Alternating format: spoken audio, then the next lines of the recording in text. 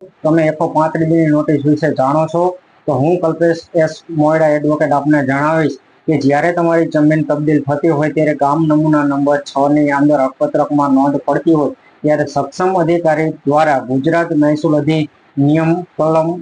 135 મુજબ જે ખાતેદારને નોટિસ આપવામાં આવે છે ત્યારે કોઈ પણ ખાતેદારને વાંધો હોય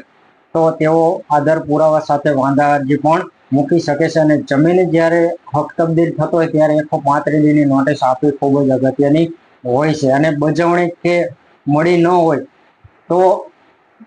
કોઈ પણ ખાતેદાર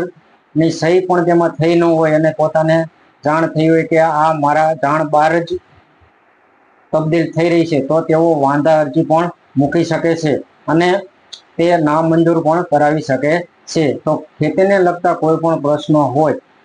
કે મિલકતને લગતા કોઈ પણ